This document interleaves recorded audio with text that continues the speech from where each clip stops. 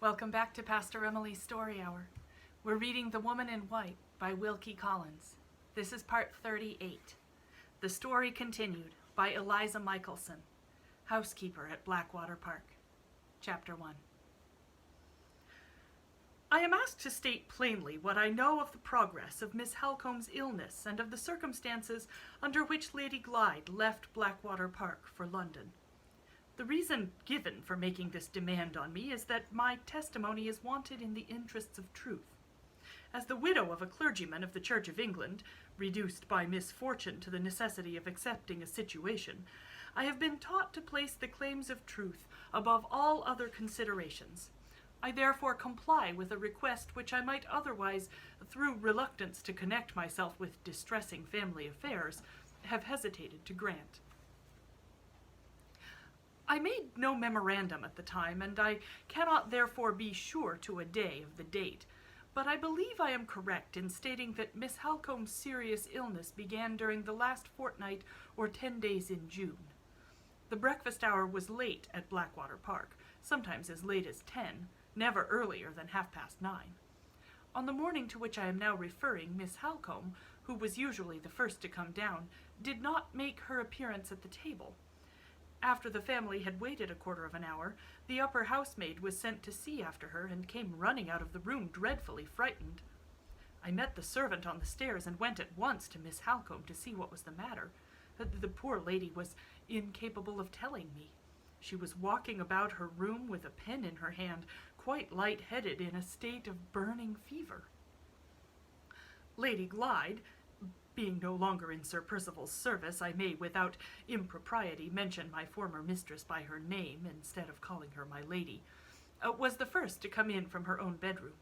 She was so dreadfully alarmed and distressed that she was quite useless. The Count Fosco and his lady, who came upstairs immediately afterwards, were both most serviceable and kind. Her ladyship assisted me to get Miss Halcombe to her bed. His lordship the Count remained in the sitting-room, and, having sent for my medicine-chest, made a mixture for Miss Halcombe, and a cooling lotion to be applied to her head, so as to lose no time before the doctor came. We applied the lotion, but we could not get her to take the mixture. Sir Percival undertook to send for the doctor. He dispatched a groom on horseback for the nearest medical man, Mr. Dawson, of Oak Lodge. Mr. Dawson arrived in less than an hour's time. He was a respectable elderly man, well known all round the country, and we were much alarmed when we found that he considered the case to be a very serious one. His lordship the Count affably entered into conversation with Mr. Dawson, and gave his opinions with a judicious freedom. Mr. Dawson, not over-courteously, inquired if his lordship's advice was the advice of a doctor, and being informed that it was the advice of one who had studied medicine unprofessionally, replied that he was not accustomed to consult with amateur physicians. The Count, with truly Christian meekness of temper, smiled and left the room. Before he went out, he told me that he might be found, in case he was wanted in the course of the day, at the boat-house on the banks of the lake. Why he should have gone there I cannot say, but he did go, remaining away the whole day until 7 o'clock, which was dinner time. Perhaps he wished to set the example of keeping the house as quiet as possible. It was entirely in his character to do so. He was a most considerate nobleman. Miss Halcombe passed a very bad night, the fever coming and going and getting worse towards the morning instead of better. No nurse fit to wait on her being at hand in the neighbourhood, her ladyship the Countess and myself undertook the duty, relieving each other. Lady Glyde, most unwisely, insisted on sitting up with us. She was much too nervous and too delicate in health to bear the anxiety of Miss Halcome's illness calmly.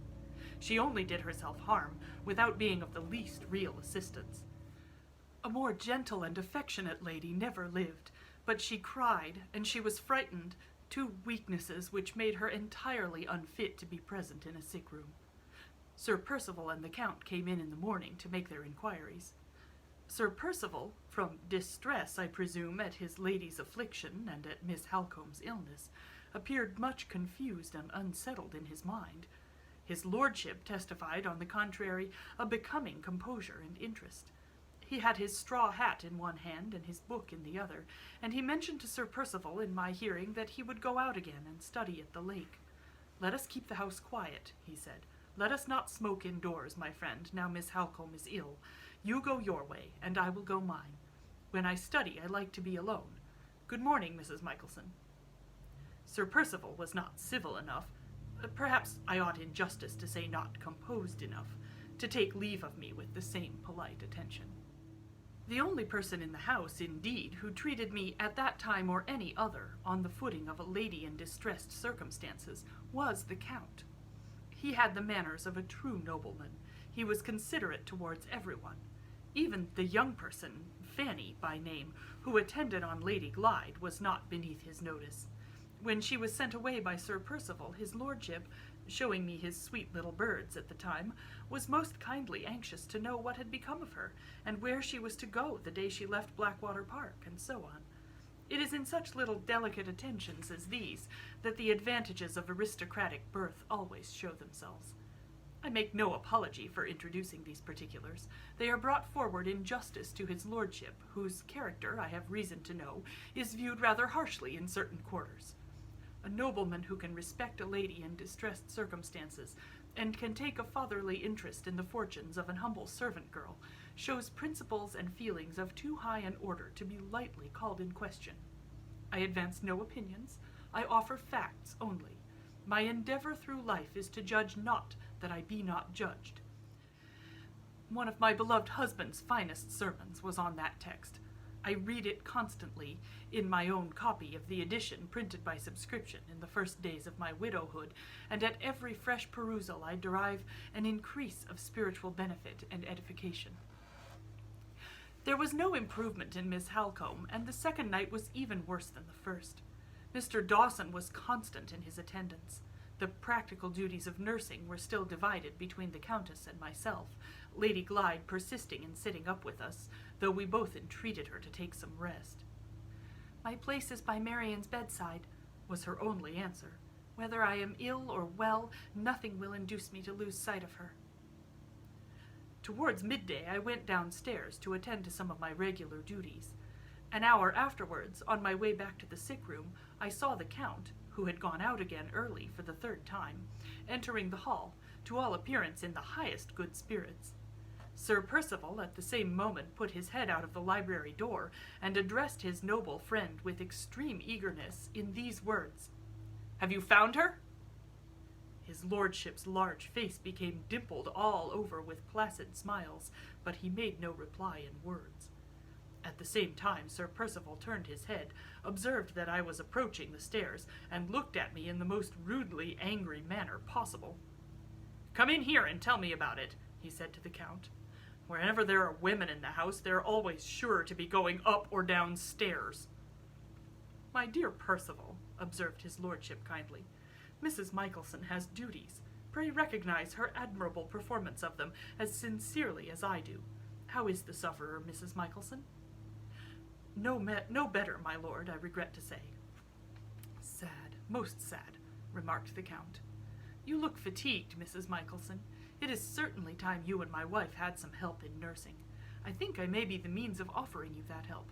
Circumstances have happened which will oblige Madame Fosco to travel to London either tomorrow or the day after. She will go away in the morning and return at night, and she will bring back with her, to relieve you, a nurse of excellent conduct and capacity who is now disengaged. The woman is known to my wife as a person to be trusted. Before she comes here, say nothing about her, if you please, to the doctor, because he will look with an evil eye on any nurse of my providing. When she appears in this house, she will speak for herself, and Mr. Dawson will be obliged to acknowledge that there is no excuse for not employing her. Lady Glyde will say the same. Pray present my best respects and sympathies to Lady Glyde." I expressed my grateful acknowledgments for his lordship's kind consideration. Sir Percival cut them short by calling to his noble friend, using, I regret to say, a profane expression, to come into the library and not to keep him waiting there any longer. I proceeded upstairs. We are poor, erring creatures, and however well established a woman's principles may be, she cannot always keep on her guard against the temptation to exercise an idle curiosity. I am ashamed to say that an idle curiosity on this occasion got the better of my principles, and made me unduly inquisitive about the question which Sir Percival had addressed to his noble friend at the library door. Who was the Count expected to find in the course of his studious morning rambles at Blackwater Park? A woman, it was to be presumed, from the terms of Sir Percival's inquiry. I did not suspect the Count of any impropriety. I knew his moral character too well. The only question I asked myself was, had he found her? To resume, the night passed as usual without producing any change for the better in Miss Halcombe. The next day she seemed to improve a little. The day after that, her ladyship the Countess, without mentioning the object of her journey to anyone in my hearing, proceeded by the morning train to London, her noble husband, with his customary attention, accompanying her to the station. I was now left in sole charge of Miss Halcombe, with every apparent chance, in consequence of her sister's resolution not to leave the bedside, of having Lady Glyde herself to nurse next. The only circumstance of any importance that happened in the course of the day was the occurrence of another unpleasant meeting between the doctor and the Count. His lordship, on returning from the station, stepped up into Miss Halcombe's sitting room to make his inquiries. I went out from the bedroom to speak to him, Mr. Dawson and Lady Glyde both being with the patient at the time. The Count asked me many questions about the treatment and the symptoms. I informed him that the treatment was of the kind described as saline, and that the symptoms, between the attacks of fever, were certainly those of increasing weakness and exhaustion.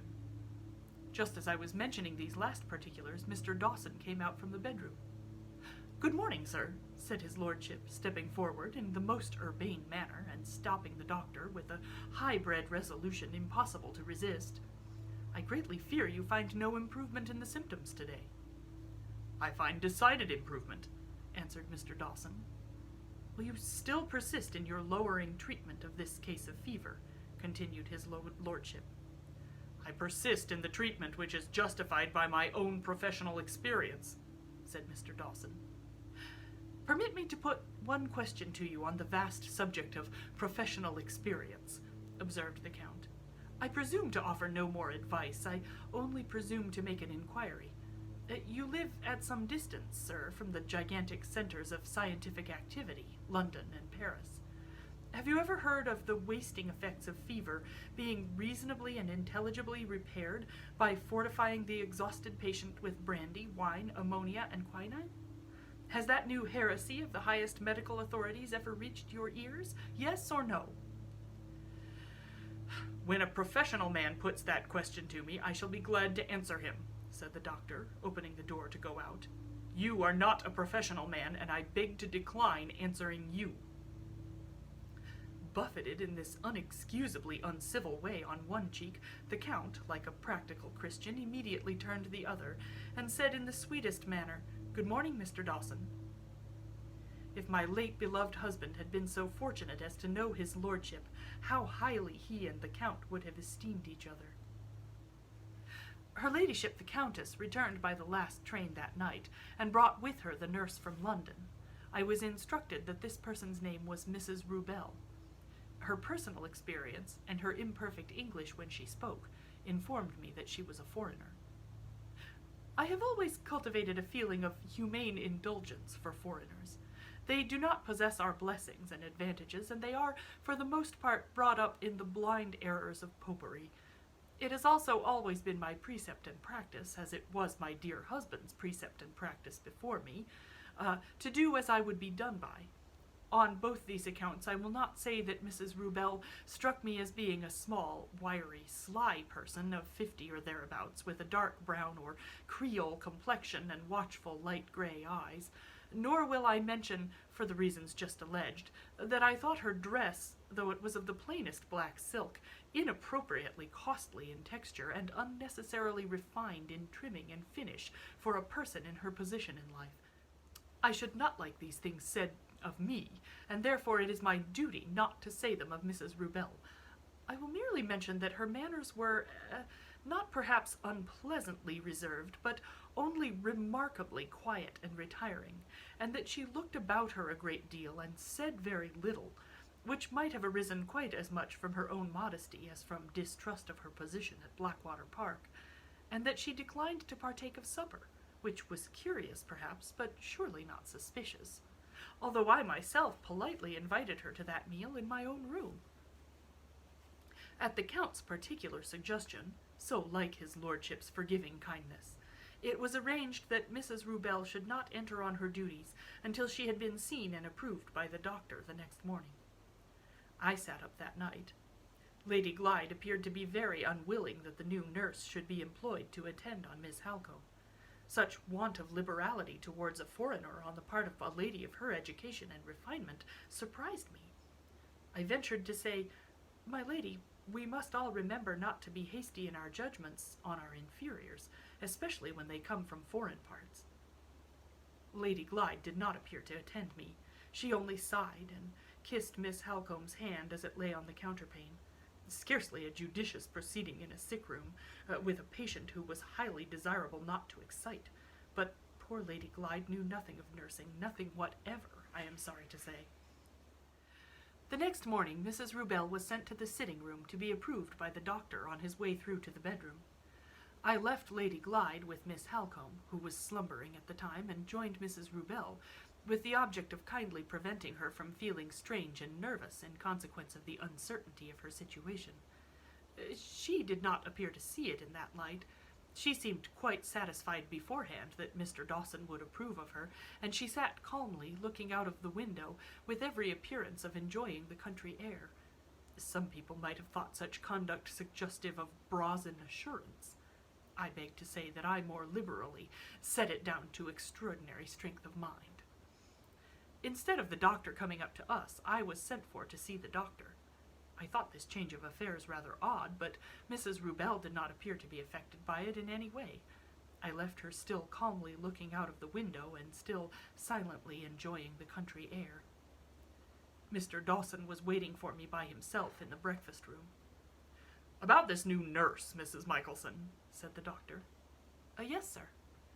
"I find that she has been brought here from London by the wife of that fat old foreigner who is always trying to interfere with me. Mrs. Michelson, that fat old foreigner is a quack." This was very rude. I was naturally shocked at it. "Are you aware, sir," I said, "that you are talking of a nobleman?" "Pooh!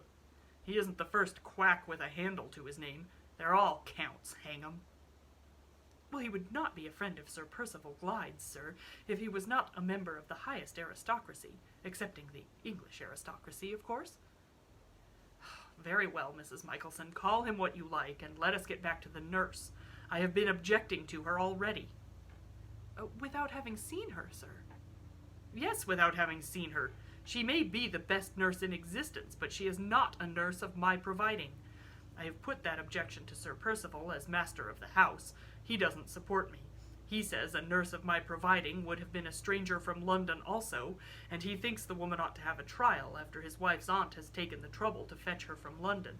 There is some justice in that, and I can't decently say no, but I have made it a condition that she is to go at once if I find reason to complain of her. This proposal being one which I have some right to make as medical attendant, Sir Percival has consented to it. Now, Mrs. Michelson, I know I can depend on you, and I want you to keep a sharp eye on the nurse for the first day or two, and to see that she gives Miss Halcombe no medicines but mine.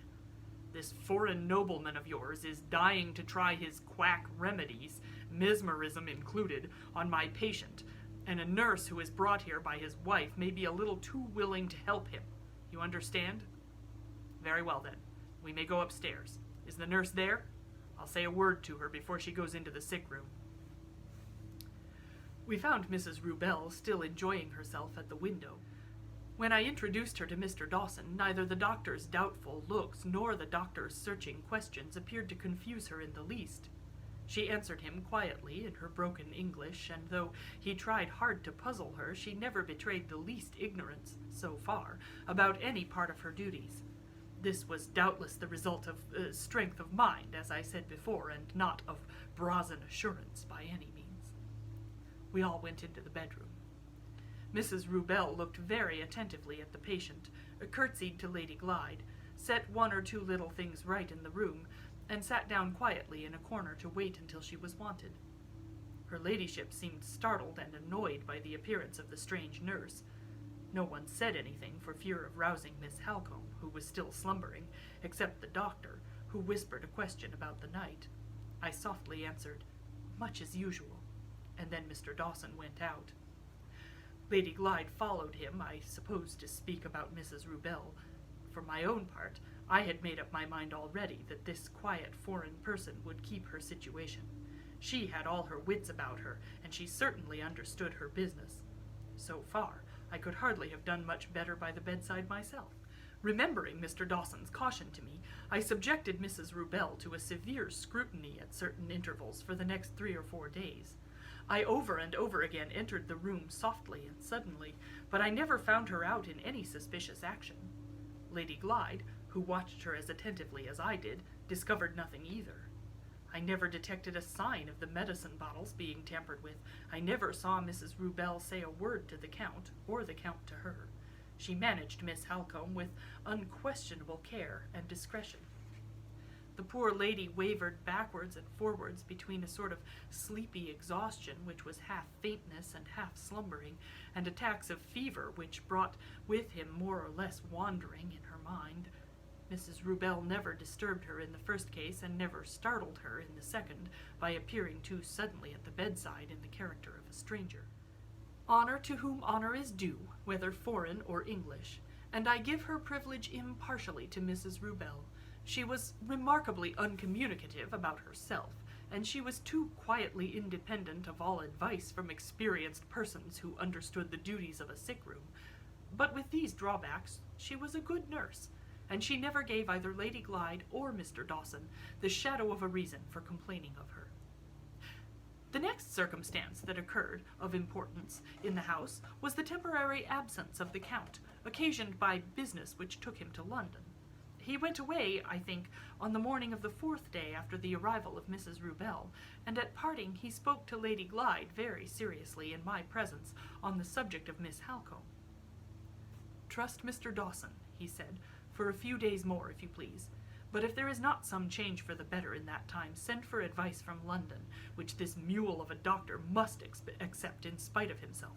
Offend Mr. Dawson and save Miss Halcombe. I say this seriously on my word of honor and from the bottom of my heart." His lordship spoke with extreme feeling and kindness, but poor Lady Glyde's nerves were so completely broken down that she seemed quite frightened at him. She trembled from head to foot and allowed him to take his leave without uttering a word on her side. She turned to me when he had gone and said, "Oh, Mrs. Michelson, I am heartbroken about my sister, and I have no friend to advise me. Do you think Mr. Dawson is wrong? He told me himself this morning that there was no fear, and no need to send for another doctor." "With all respect to Mr. Dawson," I answered, "in your ladyship's place I should remember the Count's advice." Lady Glyde turned away from me suddenly with an appearance of despair for which I was quite unable to account. "His advice," she said to herself. "God help us, his advice." Come back tomorrow for the next installment.